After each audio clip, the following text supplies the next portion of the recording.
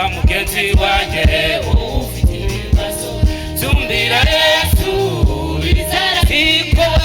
siko bizahora humura bizarangira n'iby'ikirema Yesu yarabishoboye umva mugenzi wanjye tumbira Yesu siko bizahora humura bizarangira n'iby'ikirema Yesu yarabishoboye umva mugenzi wanjye tumbira Yesu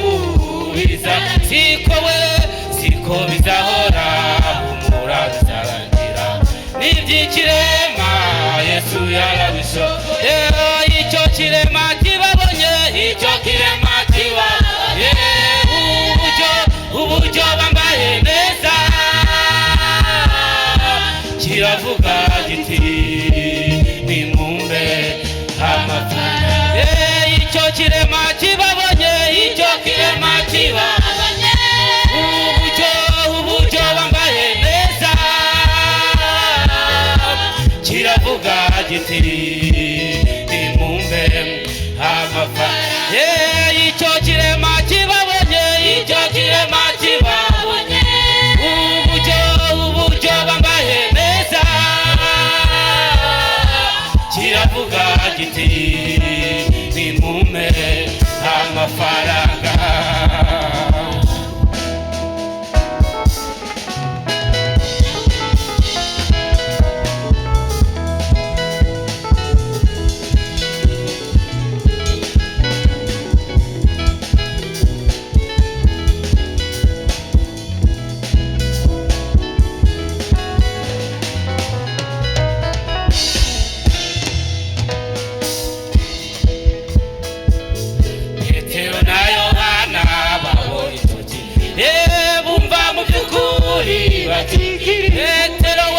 Petero arakibwira ndamafaranga dufite icyo dufite turakiguha mu izina rya Yesu Petero na Yohana bumva mu by'ukuri Petero arakibwira ndamafaranga dufite icyo dufite turakiguha mu izina rya Yesu Petero yuzuye imbaraga afata ukuboko ikirema aragihagurutsa kirasimbuka aragihagurutsa mu izina rya Yesu Petero yuzuye imbaraga afata ukuboko ikirema aragihagurutsa kirasimbuka aragihagurutsa izina rya Yesu Petero yuzuye imbaraga afata ukuboko ikirema aragihagurutsa kirasimbuka aragihagurutsa mu izina rya Yesu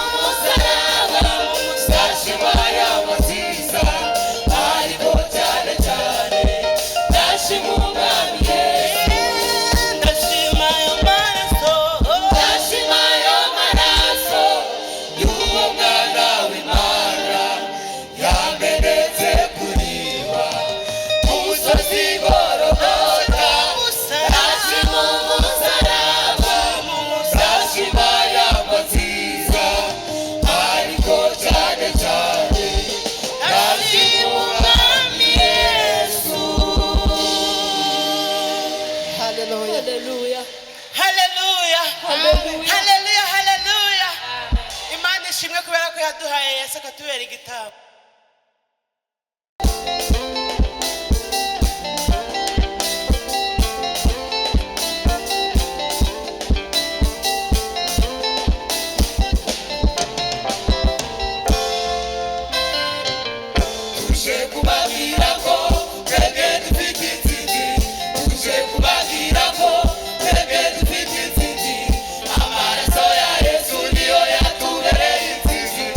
Amaraso ya Yesu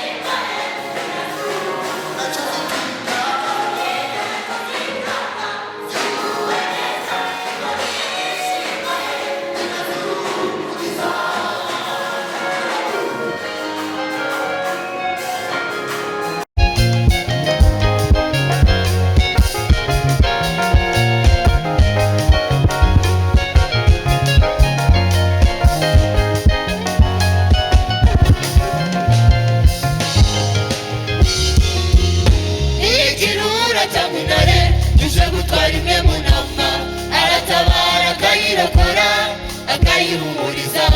Iyo ararangotaniye kure itaye umugeri ayishyira ku bitugu bye akayisubiza.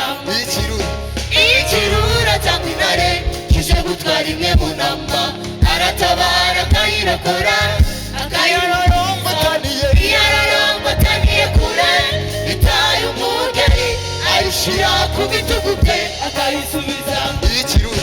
Ikirura cyangwa intare kije gutwara imwe mu ntama aratabara akayirokora akayirorongotaniye. Iyo ararangotaniye kure itaye umugeri ayishyira ku bitugu bye akayisubiza. Izivunitse Yesu we niwe mugeri mwiza ntacyo zitinya ntacyo zikanga ziguwe neza irwaniye n'ishimba ye irazuba. Izivunitse zunga izirwaye arazikiza niwe mugeri mwiza ntacyo zitinya ntacyo zikanga ziguwe neza irwaniye n'ishimba ye irazuba. Izivunitse arazunga izirwaye arazikiza niwe mugeri mwiza ntacyo zitinya ntacyo zikanga ziguwe neza irwaniye n'ishimba ye irazuba. Aziragira mu cyanya cy'ubwatsi butoshye azuhira amazi meza amazi. Aziragira mu cyanya cy'ubwatsi butoshye azuhira amazi meza amazi. Ntacyo zitinya ntacyo zikanga ziguwe neza irwaniye n'ishimba ye irazuba. Ntacyo zitinya ntacyo zikanga ziguwe neza irwaniye n'ishimba ye irazuburiza.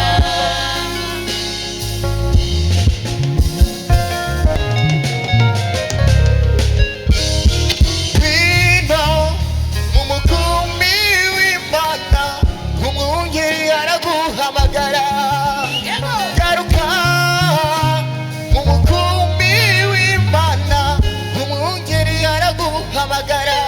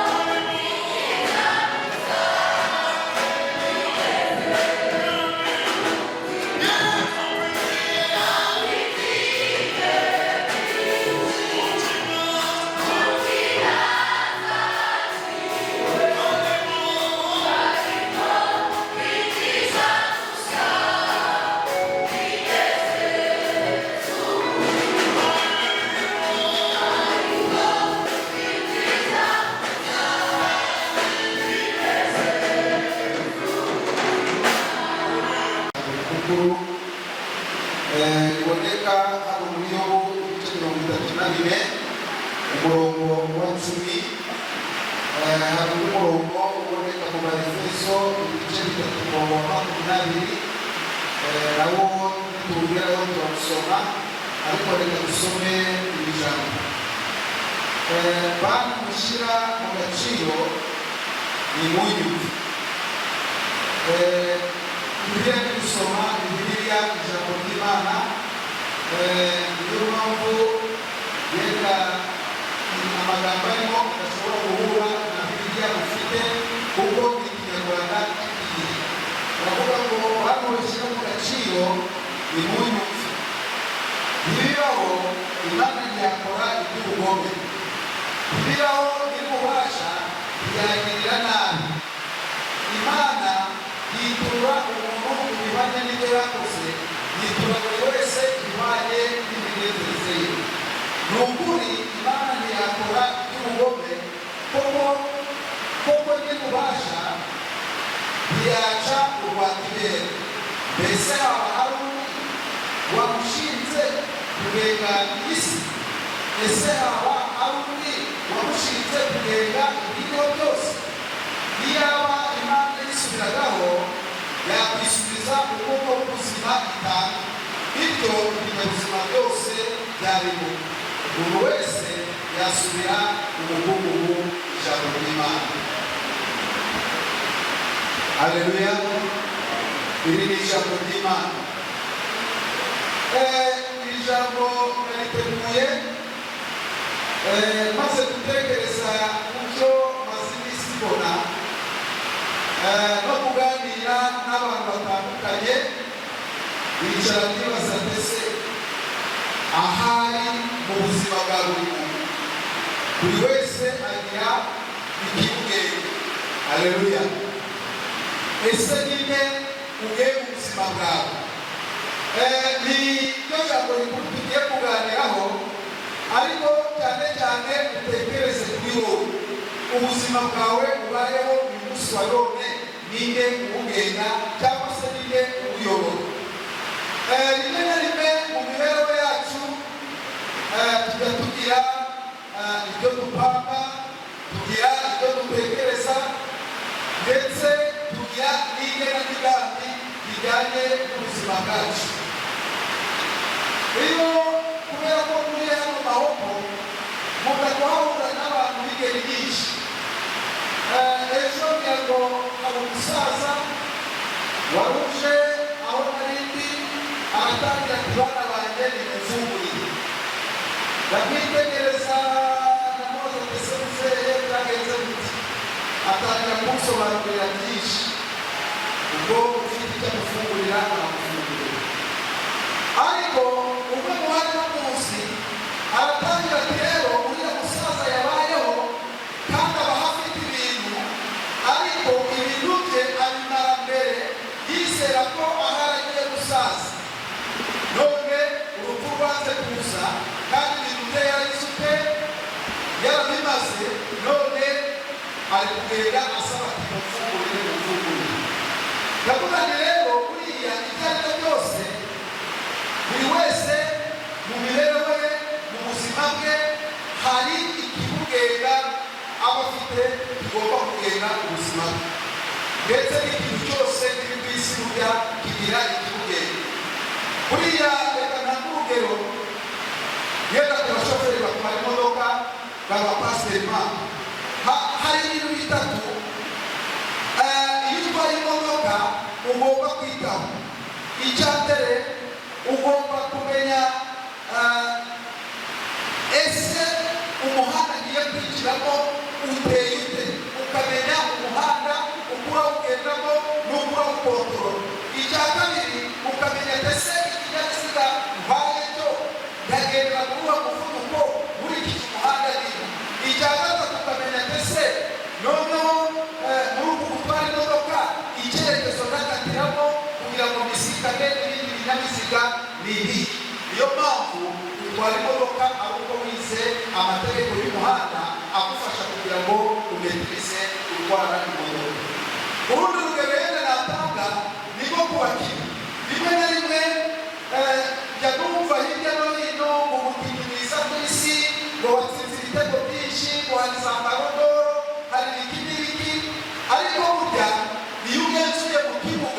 ntabwo aba ari wenyine, ahubwo aba umukinnyi mwiza kubera ko agera mu kibuga yafata umupira akamenya kuwukontorora no kumenya icyerekezo arawerekezamo aha mugenzi we kugira ngo bubake igitego cyabo. Urumva rero ko umupira urimo urayoborwa na ba bakinnyi bari mu kibuga bagenda bawuyobora. Ni nayo mpamvu rero aha ngaha iyo uri mu buzima bwawe ubu tubayemo uyu munsi, wowe wari ukwiye kubaza ngo mbese wowe ubwawe mu buzima urimo uyu munsi wa none uyoborwa n'iki? Aya magambo dusomye rero yavuzwe n'umugabo witwa Elifasi. Yavuzwe n'uwitwa Elihu, ntabwo ari Elifasi, kuko aya magambo ari mu gitabo cya Yobu, kandi tubona ko Yobu yabayeho kera mu myaka tutazi, kuko Bibiliya yatubwira ngo yabaho mu gihugu cya Usi. Ubundi mu gihugu cya Usi muri karita ya Bibiliya ni agace kitiriraga ngo ni Edomu. Abayedomu tuzi ko ari urubyaro rwa Esawu. Aha ngaha niho uyu nguyu yari. Noneho uyu Yobu tuzi ibyamubayeho, ariko nubwo byamubayeho yari afite inshuti eshatu, arimo uyu Elihu, Bildadi ndetse na Elifasi. Aba ngaba baramusuye kuko undi wese agira ibibazo agasurwa n'inshuti ze, ariko bamaze kubona ibyamubayeho bo batangiye kumucira urubanza, batekereza ko ibyamubayeho byaba byaraturutse ku byaha yakoze. Niyo mpamvu iyo usomye iki gitabo cya Yobu, twebwe ubwacu kidufasha gutekereza no kumenya ugukomera kw'Imana. Haleluya. Ndetse tukumva neza ko ububabare bwageze kuri Yobu akabasha gusenga Imana, akihangana. Imana yaje kumushumbusha, ndetse no mu buzima bwacu tubayemo uyu munsi wa none natwe ubu bubabare butugeraho, kandi bidusaba kwihangana kugira ngo Imana natwe izaduhe kunesha. Abantu benshi rero rimwe na rimwe hari ibihe bakomeza guheranwa n'ibyo baciyemo, bagaheranwa n'amateka banyuzemo, ariko iyo turebye nk'abakristo, haleluya, ntabwo twari dukwiye kugengwa cyangwa se mu buzima bwacu kugengwa n'amarangamutima yo kureba ku bana. Rimwe na rimwe umuntu aravuka agakura akagira ahagera. Iyo mwakuranye rero mukareranwa akagira ahagera, ntabwo ubuzima bwacu ari ubwo gusubira ngo uriya twarabaye, uriya yokeje none, uriya yakoze gutya na gutya, none dore ageze aha ngaha ariragira.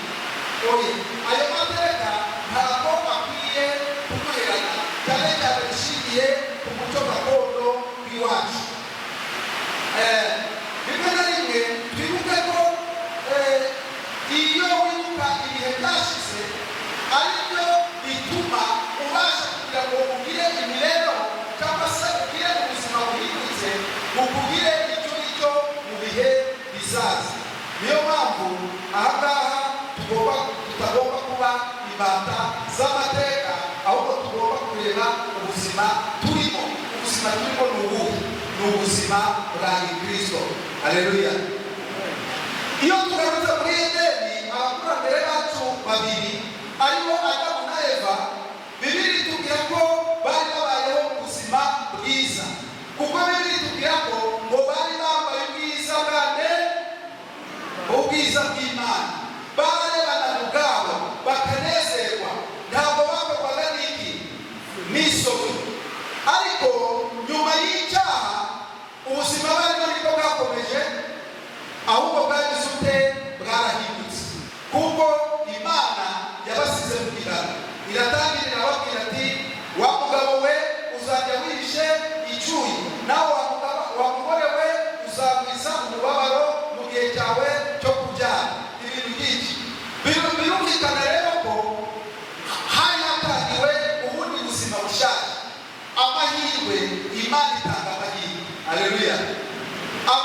we Yesu Kristo yaraje, ubuzima bwacu twarimo burahinduka.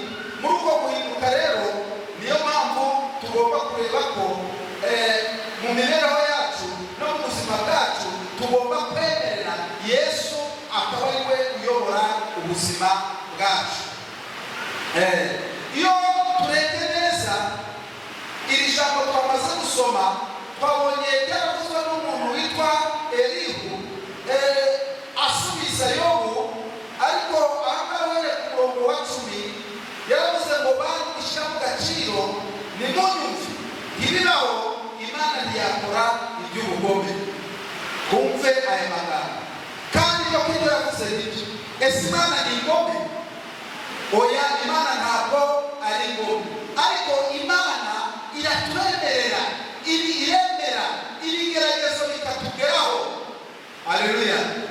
Iremera ibigeragezo bikatugeraho kugira ngo kwihangana kwacu gukomeza abandi batihangana. Abaririmbyi bamwe baririmbaga ngo ibigeragezo ni nk'agasabune. Ubundi umumaro w'isabune ni iki? Ni ukoza ugakuraho iki? Imyanda. Ibigeragezo nabyo Imana irabyemera bikatugeraho kugira ngo tubashe gukomeza abadafite kwihangana. Ni nayo mpamvu ibi byageze kuri Yobu byandikwa muri Bibiliya kugira ngo twebwe turiho muri iki gihe bibashe kudukomeza. Yobu yahuye n'ibigeragezo bikomeye, ndetse uyu munsi wa none abantu n'ubu bakibaza ibyamubayeho, ariko yakomeje kubigendanamo neza. Noneho twebwe n'inshuti, nawe ufite inshuti, icyo dusabwa n'inshuti ni iki? Twebwe n'inshuti icyo dusaba iyo mwene data yahuye n'ibigeragezo, ntabwo ari wo mwanya wo kumwishimariza, ntabwo ari wo mwanya wo kumuvuga, ntabwo ari wo mwanya wo kumushyira ku karubanda, ahubwo ni umwanya wo kumwegera no kumuhumuriza. Haleluya! Ntabwo ari umwanya wo kumuca intege, ahubwo ni umwanya wo kumukomeza. Ese tujya dukomeza bagenzi bacu iyo bahuye n'ibibazo, cyangwa ujya hari ukamwandika, cyangwa ujya hari ukamutara? Ariko ubuzima bwacu bwa Kristo bugomba kuyoborwa na Kristo, kandi Kristo adutegeka kugira urukundo. Haleluya! Ahangaha arakomeza ngo Imana ntituma umuntu ibihwanye n'ibyo yakoze.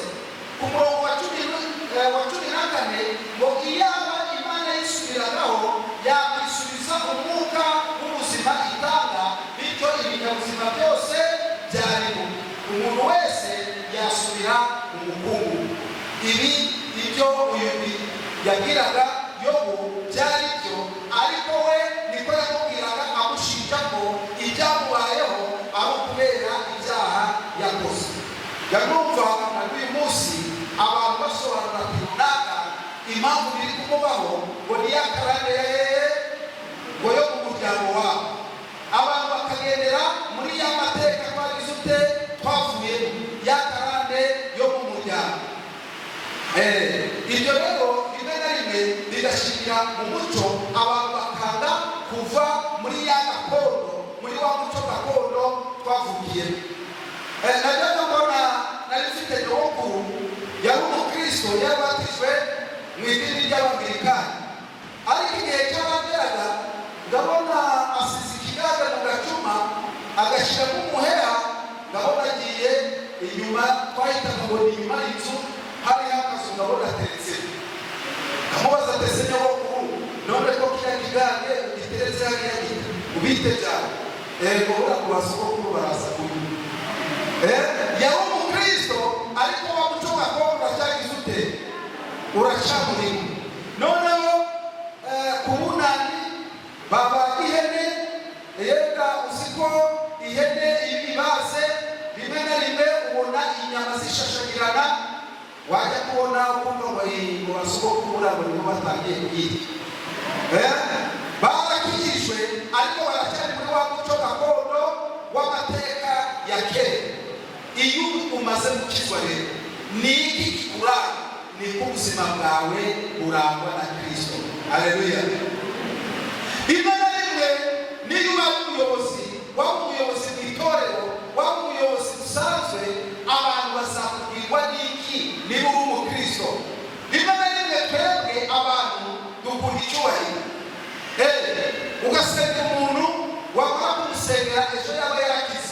ukikomangatiye wamusegeye wegizede ndakomeye, ariko nikijambo ry'Imana ritubwira niba ugerwa na Kristo ntabwo wari ukwiye kugaragara, ahubwo Kristo uri muri wowe niwe ukwiye kugira ute kugaragara muri wowe. Ntabwo wari ukwiye kwishyira imbere, ahubwo Kristo uri muri wowe ni wowe ugomba kuza imbere. Haleluya. Ibyo rero rimwe na rimwe usanga abantu barangwa n'amarangamutima yabo. Bibiliya iravuga ngo hariya muri Yeremiya igice 28 ngo dore kubaha Uwiteka ni bwo bwenge, kandi kuva mu byaha niko kujijuka. Aha ngaha bishaka kuvuga iki? Iyo usomye muri Yobu ibice 5 umurongo wa 2 aravuga ngo koko umupfapfa yicwa n'agahinda, naho ikigoryi cyicwa n'ishyari. Ntabwo ntukanye n'ijambo ry'Imana. Umupfapfa ngo yicwa n'agahinda, naho ikigoryi cyicwa n'iki? N'ishyari. Iri jambo tugomba kwitekerezaho cyane. Nkunda kuza hano inshuro nyinshi, ariko iyo ndi kumanuka mvuye hano kuri kaburimbo ngagera mu Rusisi, gasanga abantu bicaye ku ibuye, nta kindi bariho n'iki ni inkuru. Nagaruka mvuye ngasanga ryabuye banariri, ejo bundi nagaruka ngasanga bicaye kuri ryabuye, nkibaza aba bantu batungwa n'iki, bakora iki? Noneho umwe muri bagenzi banjye yarahanyuze, maze kuhanyura ngo runaka ngo dore ngo yarakize da, uriya ngo afite igihunyira, ngo buriya mu gihunyira nicyo cyamuhaye iki? Amafaranga. Mbitekerezaho nibaza ati rero aba bantu bahora bicaye kuri ibuye babaswe n'icyo bita ishyari. Mu minsi yashize nabitekerejeho, hari abantu bari baharaye mu nyigisho zivuga ngo abantu bari kuzimu, ngo abantu ngo bari guhinga ayo magi y'ibihunyira, ngo bazayaterera ngo bari mu Kivu, hari inzira bifunguka bakajyayo. Ariko iyo nzira y'ikuzimu ibaho, abantu bari bajya kubiterereza Nyabishongo ntibari, kuko nzi ko batakijije, bajya gushakira iki? Bajya gushakira y'amafaranga. Hari ibintu by'imyizerere abantu bagira, none ikibabaje ugasanga n'umukristo wa wundi wabatijwe, wa wundi uririmba, wa wundi usenga, nawe yagiye mu kigare hici runaka, arakoze runaka, Imana imuhera umugisha bitewe n'ibikorwa bye. Muri uwo mugisha abantu bakarangwa n'ishyari, bagatangira kugira ishyari, ngo runaka nakukiranye, ngo nyamara yageze ahantu bimeze gutya na gutya, agasubira muri ya mateka, yambaraga inkweto icitse, ngo ndetse n'ipantaro niyo wayimuhaye, ngo none turahageze. Hari abantu babaswe n'iki? N'ishyari. Ese ubuzima bwawe bugengwa n'ishyari? Ubuzima bwawe bugengwa nande? Ubuzima bwawe bugengwa na Kristo. Haleluya. Imana rero icyo yaturemeye kugira ngo tube ab'agaciro imbere yayo. Haleluya. Nk'umuntu w'agaciro rero hari ibidakwiriye mu buzima bwawe. Ntabwo ukwiriye kugira ishyari, ntabwo ukwiriye kugira ingomwa, ndetse ntabwo ukwiriye gukora ibidakwiriye. Bijya bibabaza iyo wumva ngo abantu ngo babafatanya ibiyobyabwenge, wajya gusanga ugasanga nabo ni abakristo ndetse bafite n'umwanya hehe mu itorero, ariko bari gucuruza ibitemewe. Icyo gihe rero ntabwo uba uhesha Imana agaciro, kandi yarakuremye ngo ube uw'agaciro. Umuntu w'agaciro yihanganira ibimubaho byose. Haleluya. Umuntu w'agaciro aho ubuzima bwe icyerekezo, aho kugira ngo uhore wicaye kwa ririya buye udakora, ubuzima bwawe icyerekezo, ugashaka nawe ibyakubeshaho, ugashaka ibyaguteza imbere kugira ngo n'itorero ryawe ritere imbere. None se uzirirwa wicaye ku buye ibintu bisiza, none umuntu yaritambukiye ngo afite igihugira mu nzu, kandi kubera ko yimereye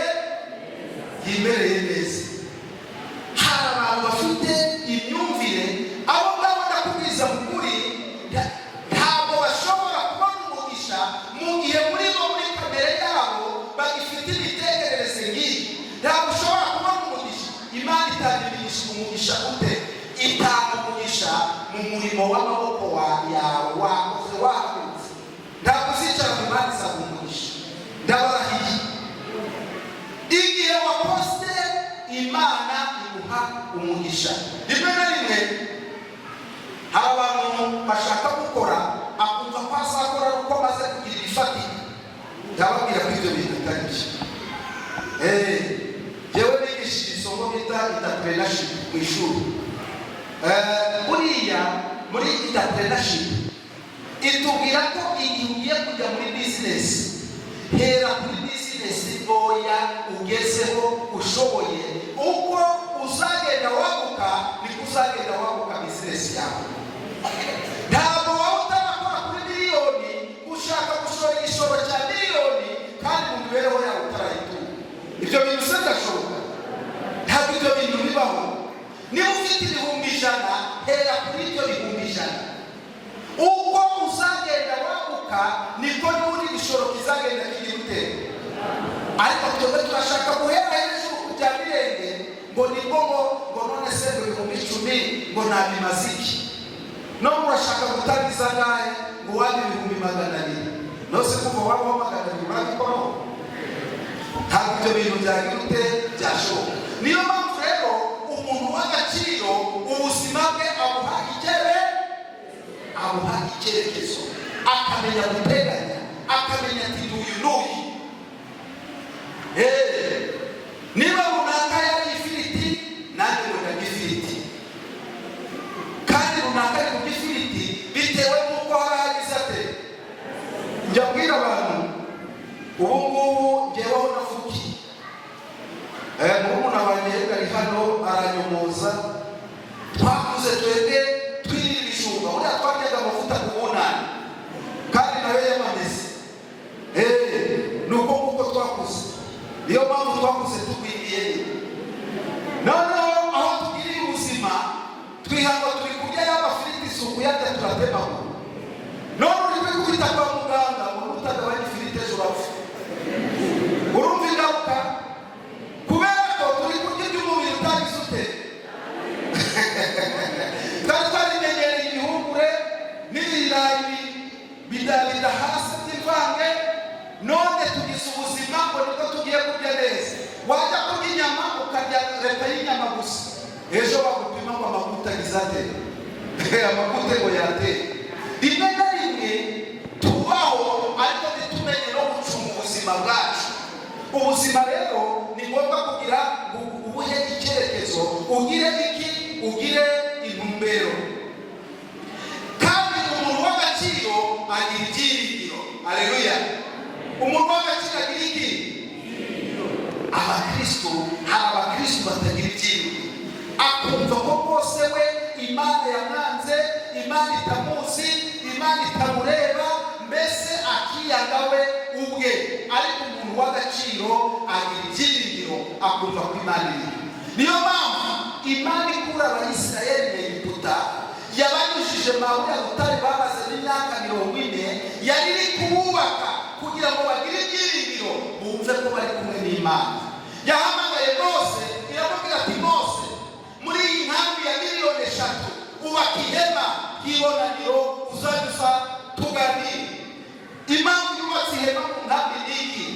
Ihema kwari kugira ngo Abayisiraheli bizere ko Imana iri hagati muri bo kandi ko bagendana nayo. Haleluya. Umva rero ko Imana iri muri wowe, Imana iri hagati muri twe. Wowe ibyiringiro. Naho ubuzima bwawe n'ubuhe icyerekezo udafite ibyiringiro uzajya gucuruza ubuhombe. Buriya n'umuntu ujya gucuruza agashora 100,000 yenda kunguka 20, akumva ko 20 ararya amafi gusa. None urya amafi gusa se kandi igishoro cyawe ari 100,000, yatumbere yo kuzagira kuri miliyoni uzayigiraho gute? Buriya ni ukuvuga ngo niba uri muri business ukaba ufite aho ugomba kugera, ugomba no kumenya n'uko ubuzima bwawe n'imibereho iragira ute. Yenda niba ushaka agafi gapanga mu cyumweru, nyuma y'ibyumweru 2 ugura kandi kanyama. Ariko niba umva ko buri munsi urarya amafi uzagira ute, uzahomba n'ubundi ishoro ryawe azaba ari ubusa. Niyo mpamvu rero ugomba kugira intumbero, ukagira n'ibyiringiro, kuko ni ngombwa mu buzima bw'umuntu. Nk'uko umubiri wawe ukenera amazi yo kunywa, kandi nk'uko ukenera uyu mwuka duhumeka, niko nawe ukeneye ibyiringiro kugira ngo ubashe guhangana n'ibibazo uhura nabyo byose. Kuko udafite ibyiringiro, ibi bibazo ntabwo wahangana nabyo, byakuganza none ugatangira ukihitiramo umwanzuro, kandi umwanzuro uhisemo ibibazo byakuganije uhitamo umwanzuro mubi. Haleluya. Bene data rero, niba wumvaga ubaho gusa udafite ibyiringiro, nakubwira ngo komera. Uyu munsi wa none ugire ibyiringiro, wumve ko impinduka z'imibereho yawe zigiye kuza, zigiye kubaho mu buzima bwawe, ariko niwemera kuyoborwa na Kristo. Haleluya. Niwemera kuyoborwa na Kristo. Ushobora kuba warakuze nabi nk'uko nabikubwiye, twewe turiraga ibihugure, noneho mukecuru yajyaga mu murima akatuzirikira igisero, twakitaga ngo ni igisero. Ababwiye ko twiriraga amavuta rimwe mu mwaka na bari ku munani, nayo y'amamesa y'abakongomani, niko twireragaho uko nguko. Ahangaha rero niyo mpamvu ubuzima bwatangiye bushyashya. Haleluya. None si ubungubu nanjye nagaburira abana banjye igisero cy'ibihungure n'ibijumba gusa. Ubu noneho icyerekezo, niba narakuze gutyo, nanjye ngomba guha abana banjye bakarya indyo imizi utayuzu, irimo iki, ibitera imbaraga, ibyubaka umubiri, ndetse n'ibirinda indwara. Iyo akaba ari byo yuzu iboneka mu mbuto, mu mboga, ibinyamisogwe ndetse n'ibinyampeke. Siko bimeze? Iyo usomye rero iyi Zaburi ya 32 umurongo wa mbere, haravuga ngo hahirwa umuntu Imana yababariye igicumuro ikamuhanaguraho ibyaha bye. Uwo muntu agira ate? Arahirwa. Ni Imana yaratubabariye ibicumuro byacu, turahirwa. Ntiwakagombye kugerwa na rya jeri twavuze, ntiwakagombye kugerwa n'uburakari, ntiwakagombye kugerwa n'umujinya ngo ubone abakora Imana iri kunyuza imigisha mu byo bakora ngo bagirire ishyari, kandi wowe wirirwa wicaye kwa biriya buye, aho ukiri muri kunegura iki abandi. Runaka yatambuka yambaye igitenge cyiza, ngo ngo yadusuhuza se nawe, ngo yakebeje, ngo babyita mukezi. Ibyo ntabwo ari byo bigomba kuranga umukristo. Umukristo, hari n'abakristo batukana, hari n'abakristo batukana, akajya ku karubanda agatukana, rubanda bose bamwumva, ndetse bajya kuvuga ngo runaka asengera kwa runaka. Urumva rero icyo gihe nta butumwa buba burimo. Iyi Zaburi bwari ubuhamya uyu Dawidi yatangaga kubera ibyishimo by'umutima w'ukunze, kubera imbabazi z'Imana ku bantu batura iki amaturo, oya, ahubwo batura ibyaha byabo, bakemera guca bugufi imbere y'Imana. Abo ngabo Imana igira bishima, bigakomeza kuba mu buzima bwabo. Ariko hari icyo tugomba gukora. Haleluya. Ese icyo tugomba gukora ni iki? Hari ibyo tugomba kuzirikana. Ibyo tugomba kuzirikana, ntabwo Imana yakuremeye ngo abantu bajye bagutinya, ahubwo Imana yakuremeye guca bugufi, Imana yakuremeye kubana n'abandi neza. Haleluya. Niba utabanaga n'abandi neza, abaturage n'abandi, uyu munsi wa none utangire kubyigire. Icyo ukwiriye kumenya, menya ko hari ibyo Imana izakubaza. Ibyo yaguhaye byose izakubaza, mu mbe wabikoresheje iki? wowe nk'umukristo cyageretse n'abagarutse, menya ko hari ikizagira ute, menya ko hari ibyo izakubaza. Imana ntabwo izakubaza idini, oya. Babandi bakira ku madini, nitwe dusenga neza kurusha abandi, nitwe tuzura umwuka, nitwe duhanura, nitwe tugira gutya. Imbere y'Imana siyo. Ntabwo Imana izakubaza iki, ntabwo izakubaza idini wabagamo, ntabwo izakubaza imyizerere ntabwo ufite n'iryo dini ryawe, ahubwo Imana izakubaza ngo ese wemeye ibyo Yesu Kristo yagukoreye kandi wizeye mu kumukunda ndetse no gushyira mu bikorwa ibyo yakwigishije. Ibi Imana izakubaza mu buzima. Imana yaduhaye impano zose, iduha ubuhanga. Imana yaremye umuntu imurema mu bwenge, ndetse Imana iduha igihe. Niyo mpamvu mfite imyaka 54 ubuse ibyakamaze Imana ryambaye igihe cyo kugira ngo ngire ibyo nkora, kandi ngorere iki, ngorere Imana. Nawe mu myaka umaze, niyo waba umaze imyaka 6, Imana yaguhaye igihe cyo kugira ngo uyikorere. Haleluya. Nanone Imana yaguhaye imbaraga. Ubu ngubu ufite imbaraga zo kugira ute, zo gukora. Haleluya. Imana iguha ubwenge bwo gutekereza, ndetse Imana yaguhaye n'inshuti. Kuba uri inshuti ntabwo ugomba kubera mugenzi wawe igisitaza, ahubwo ugomba kumubera umunezero, ukamubera umugisha. Imana ikizatubaza rero, izakubaza ati se ibi byose naguhaye wabikoresheje mu nyungu zawe cyangwa wabikoresheje mu gusohoza umugambi wanjye? Niko Imana izakubaza. Ibyo Imana yaguhaye byose rero tugomba kubikoresha neza kugira ngo bisohoze umugambi w'Imana. Bakristo bavandimwe, reka noneho dutekereze mu gusoza. Ese ubuzima bwacu, imibereho yacu tubikoresha dute? Icya mbere, ugomba kwisobanukirwa uri umukristo, uri uw'agaciro imbere y'Imana. Ntabwo ubereyeho kuba igwa abandi, ahubwo ubereyeho kuba uw'umunezero, ubereyeho kubera abandi ibyiringiro, ubereyeho kubera abandi ibyishimo. Ntabwo ukwiriye kugerwa n'umujinya n'uburakari. Iyi si nubwo uri kubona rimwe tuyihagazeho, ariko irimo amasi abiri. Harimo isi y'umwijima ifite n'umutware wayo, uwo ni nde? Uwo rero niwe uyobora iby'uburakari, niwe uyobora umujinya, niwe uyobora kugirwa nabi, niwe uyobora urugomo. Ariko hari n'isi y'umucyo iyobowe nande? Iyo nibyo twita ngo ni ubwami bw'Imana. Haleluya.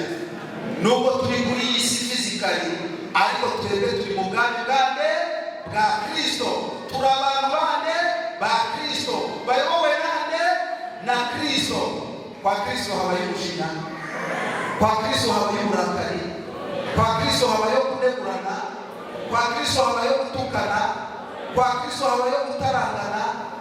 Ahubwo kwa Kristo ni urukundo, ni umunezero.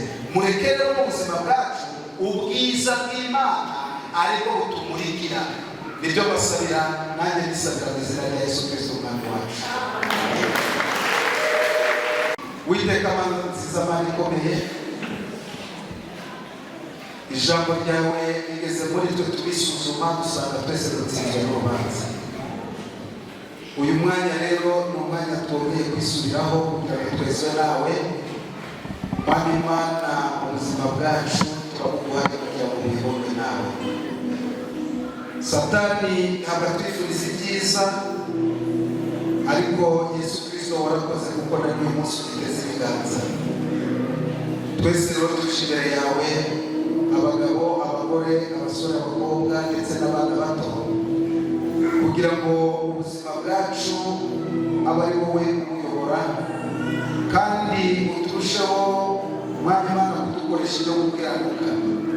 Uturinde kugira ishyari, uturinde ubugugu, ahubwo duhe kuzirikana na bagenzi bacu, tubabere inshuti nziza kandi tugire ibyiringiro. Mwami Imana, kugira ngo uza ugarutse twese tuzabane nawe mu bwami bwawe bwo mu ijuru. Ngaho bana na buri wese kandi buri wese umugisha mu izina rya Yesu Kristo turisabye.